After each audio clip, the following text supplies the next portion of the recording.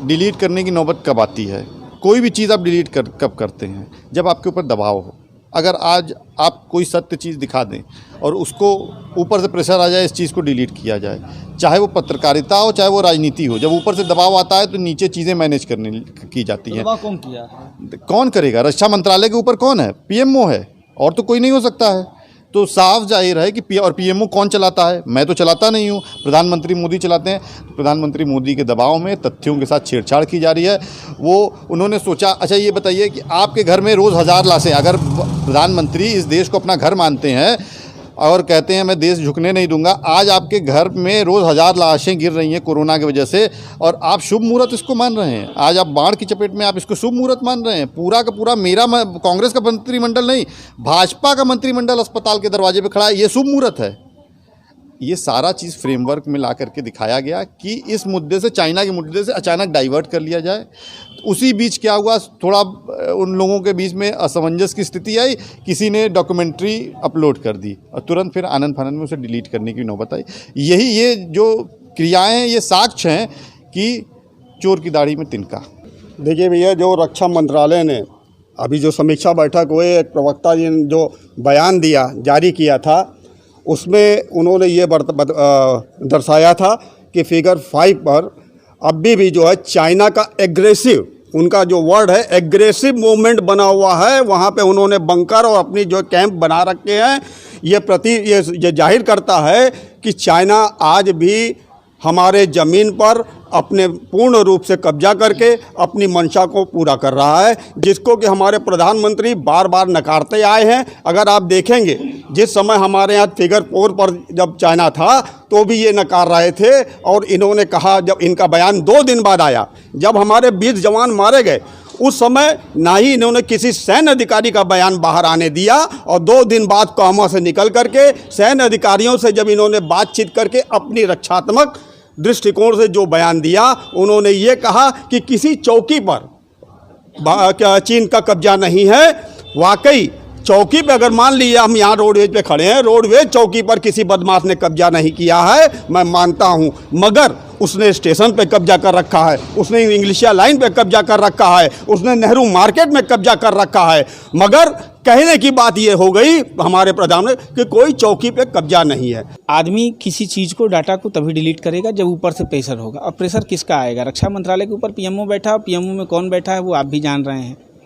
तो कोई चीज़ें कुछ कहने लायक नहीं है। और रही बात कि अगर चीज़ें ना रहती तो चाइना अपने न्यूज़ चैनलों पे और अपने देश में जिस हिसाब से सेटेलाइट के ज़रिए जो चीज़ें दिखा रहा है, और उन सब चीज़ों को आप एक्सेप्ट करने को तैयार नहीं हो।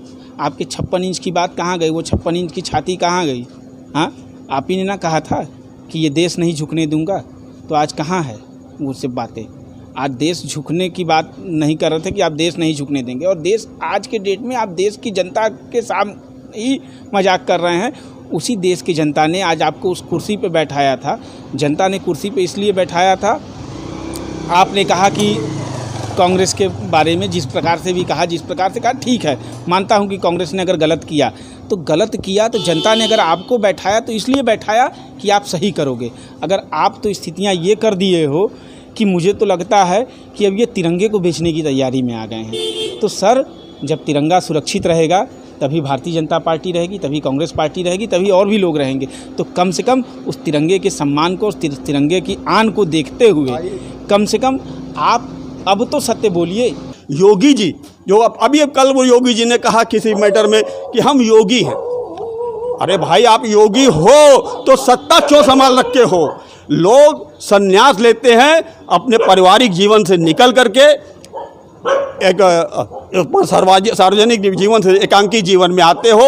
आप अध्यात्म से जुड़ते हो, आज जिन शक्तियों को अध्यात्म प्राप्त करते हो वो जन सेवा के में लगाते हो। मगर आपने क्या किया? आपने जिस मंदिर में मठ में थे वहाँ लूटपाट का धंधा चला रखा था गोरखपुर के अंदर। वहाँ पर आपने जो है एक संगठित अपराध का जन्म दे रखा था। यही वजह थी आपकी जो हरिशंकर तिवारी जी से के साथ जो आपने अनाचार और अत्याचार किया, उसका मुख्य कारण यही था। और आज भी वह जो है मठ में जो सीमित था, वो मठ से निकल करके पूरे समाज के अंदर वही कार्य आप कर रहे हो। आप योगी नहीं हो, आप भोगी हो। मोदी जी का क्रियाकलाप आप शुरू से देखिए। जब उनकी डिग्री की बात हुई तो एक इंटरव्यू में उन्होंने साफ कहा कि मैंने ज़्यादा पढ़ाई नहीं की है, 8 या 10 तक मैं पढ़ा हूँ।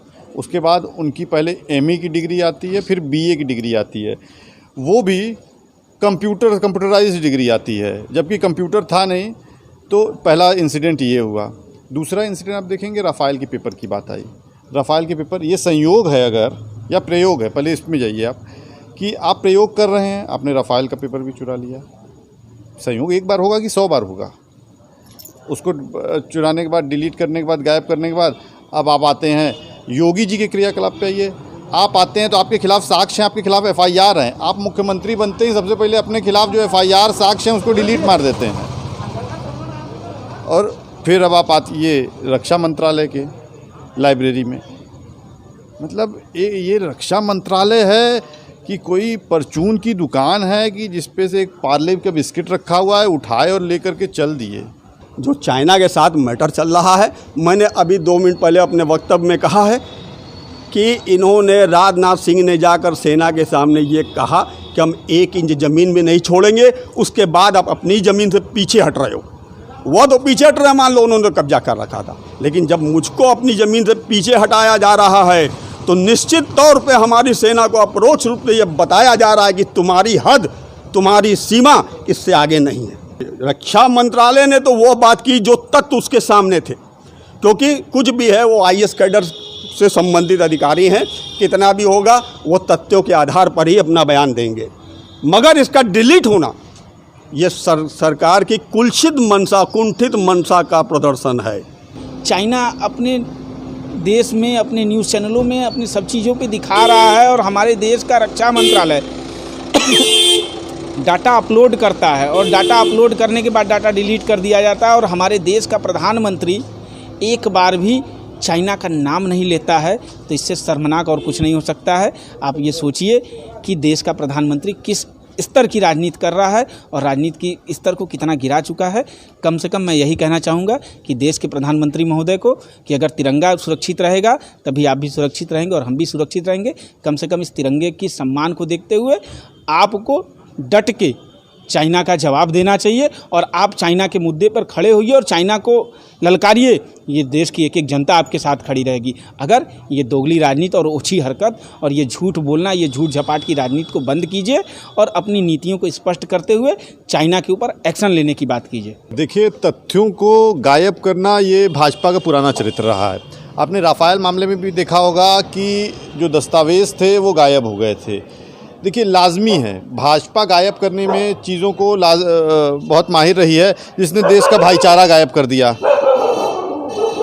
जिसने देश का भाईचारा गायब कर दिया, गरीब के थाली से रोटी गायब कर दी, जिसने अर्थव्यवस्था गायब कर दी, जीडीपी जिसने जीरो कर दी, जिसने वैश्विक महामारी के समय आज शुभ मुहूर्त जो खोज रहे हैं, उनसे आप उम्मीद क्या रख सकते हैं? ये फ्रॉड का देखिए पूरा गैंग चल रहा है, कॉर्कस चल रहा है, जो तथ्यों को खाली तोड़ मरोड़ कर प्रस्तुत कर रहे हैं ताकि अपनी छवि बचाई जा सके।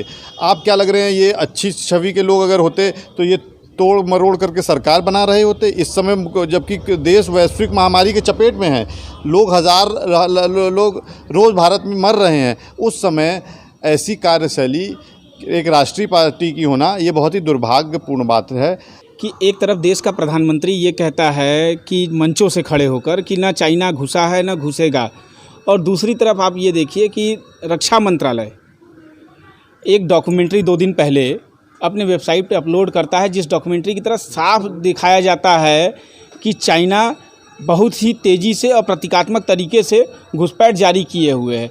अगर उसके बाद मामला क्या होता है और कहाँ हुआ, क्या कारण हुआ कि बाद में उन दस्तावेज़ों को डिलीट कर दिया जाता है वेबसाइट से। वेबसाइट से दस्तावेज़ डिलीट कर देने से तथ्य नहीं मिट सकते हैं। और दूसरी चीज़ मैं तो कहना चाहूँगा कि राजनाथ सिंह जी भारतीय जनता पार्टी के, उस भारतीय जनता पार्टी के नेता हैं और उस पार्टी की विचारधारा से आए हैं। अगर कहीं ना कहीं मुझे तो लगता है कि राजनाथ सिंह जैसा व्यक्तित्व भी अब मोदी जी के भारतीय जनता पार्टी के संरक्षण में आने के बाद कहीं ना कहीं अपनी उस छवि को धूमिल करने बढ़ते चले जा रहे हैं। मैं ये कहना चाहूँगा, ये मांग करता हूँ कि राजनाथ सिंह जी अपनी उस छवि को देखते हुए, अपने उस भारतीय जनता पार्टी के उस लीडर के उस कैडर को देखते हुए आपकी का दायित्व बनता है कि अपनी गलतियों को मानते हुए आपको अपने स्वयं विवेक पे इस्तीफा अपने पद से दे देना चाहिए। क्या कहते हैं, रविशंकर प्रसाद जी ने उनका ये बयान आया था कि जो सैन्य अधिकारी थे वहाँ पर सामने, और उनको जो है मुंह तोड़ जवाब देना चाहिए था क्योंकि वो सामने थे। तो प्रश्न उठता है कि उन सैनिकों ने क्यों नहीं मुंह तोड़ जवाब दिया, उस 20 सैनिक का क्यों नहीं बदला लिया। इसके मतलब कहीं ना कहीं हमारी सेना का हाथ और मुंह बंद करके रखा गया है। वो ऊपर का आदेश का इंतजार कर रहे थे। अगर आपका 56 इंच का सीना था और अगर आपने ये आदेश दिया होता तो निश्चित तौर पर हमारी सेना इतनी मरी हुई नहीं थी। आप याद कर लीजिए, 62 में भी 72 में भी जो काम हमारी सेना ने किया, क्या वो काम आज यहाँ नहीं हो सकता था? हो सकता था, क्योंकि आपने उनको रोक रखा था। चाहे आपकी चीन से मिली भगत रही हो, चाहे आपका जो 56 इंच का सीना उलट गया हो। इसलिए, और जो आज जो राम मंदिर की बात चल रही है, इस मुद्दे को भटकाने के लिए हमारे बड़े भाई ने बताया मुहूर्त की बात। आप किसी की बात मानना नहीं चाहते हो, आप ये कह दे रहे हो राम ही अपने आप में मुहूर्त है। हम मानते हैं राम को मुहूर्त है, लेकिन क्या इसके मतलब ये हुआ कि हम राम को गंदे नाले में नहलाएं? ऐसा नहीं हो सकता है, क्योंकि यह हिंदू धर्म की आस्था और विश्वास का विषय है। अगर हम राम को मानते हैं, अगर हम राम में विश्वास रखते हैं, तो निश्चित तौर पे उनके संस्कार और आचरण को भी हमें धारण करना होगा। और जिस दिन हम उस आचरण और संस्कार को धारण कर लेंगे, यहाँ की जितनी भी गरीब जनता से लेकर के जो भी पीड़ित है, वो सब अपने आप में खुशहाल और प्रसन्न रहेगा। अब ये बरगलाना, ये कहना, आप देख लीजिए कि जो डॉक्यूमेंट्री लॉन्च की गई, उस डॉक्यूमेंट्री में दिखाया गया है कि PP17A और PP18 पे कब्जा बरकरार है और चाइना बहुत ही तेज़ी से वहाँ पे अपने फोर्स डेवलप कर रही है, सब कुछ कर रही है। आप ये बता दीजिए कि अब तो आप राफेल भी आ गया।